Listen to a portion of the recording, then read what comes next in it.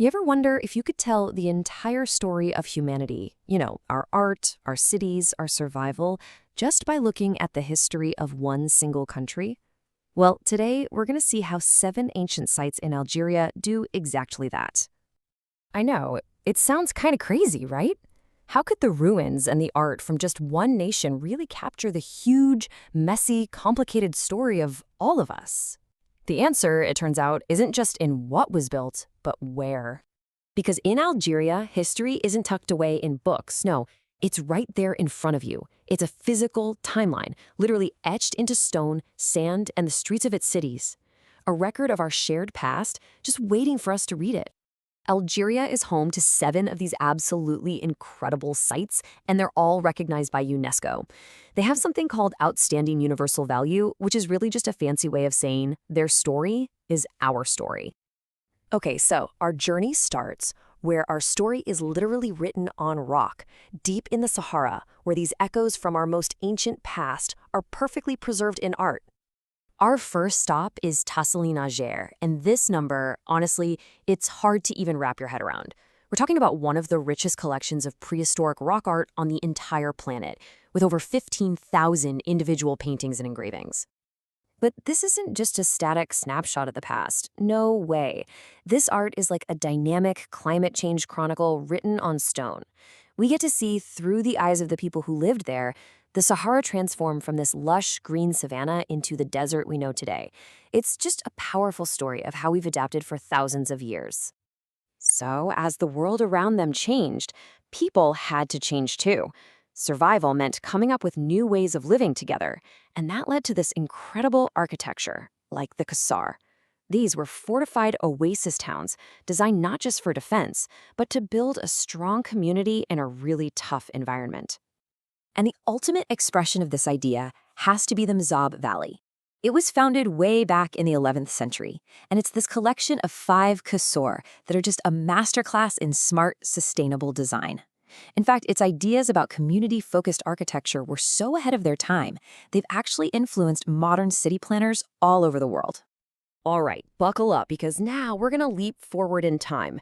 We're leaving the deep desert behind to see what happens when a global superpower, the Roman Empire, shows up on the African continent. And you will not find a better example of this than Timgad. I mean, this place is basically a perfect blueprint of a Roman city. It was built as a military colony, and its grid layout is so pristine, so perfect, you can almost feel the soldiers marching down the streets. It's just an amazing image of Roman power and planning. But here's what's so cool. Roman engineering wasn't some rigid, one-size-fits-all thing. Just compare Timgad's perfect grid on a flat plain to our next site, Djémila. What makes Djémila so incredible is how it took the Roman architectural rulebook and brilliantly adapted it to conquer a super challenging mountain landscape. But, even before Rome, another great maritime power was all over the coast, the Phoenicians. And they set up these Punic trading posts, these buzzing hubs of commerce and culture that really laid the foundation for the cities that came later. And for that, you've got to look at Tipasa. It's a true crossroads of civilizations.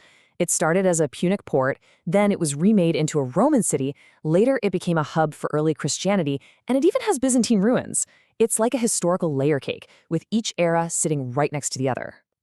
So as the Roman Empire started to fade, new powers and new ideas began to rise.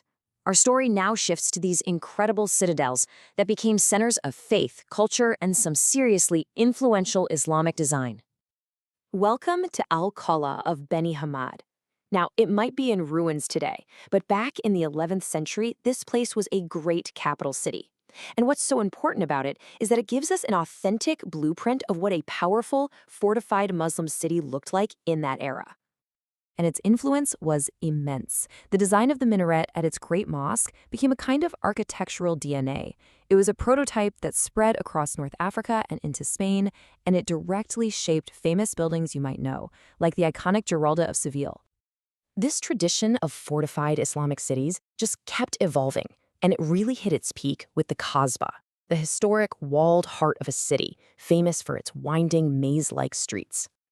And the Kasbah of Algiers is probably the most famous one of all. But unlike some of the other sites we've seen, this isn't just ruins.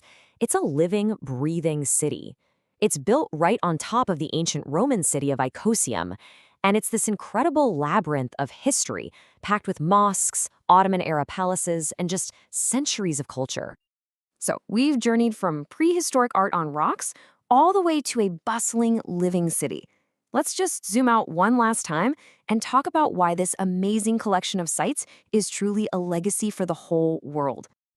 You know, when you see it all laid out like this, a single, unified story really starts to take shape. We see our ancestors tracking climate change in their art. We see Roman engineering at its peak, brilliant desert adaptations, and the birth of architectural styles that shaped the world. It is, quite simply, a profound timeline of human history, all in one country. And this brings us right back to the beginning. As UNESCO officially puts it, these sites possess outstanding universal value. What that really means is their importance goes beyond borders, beyond culture, beyond time. They belong to all of us. Which, of course, leaves us with one last thought.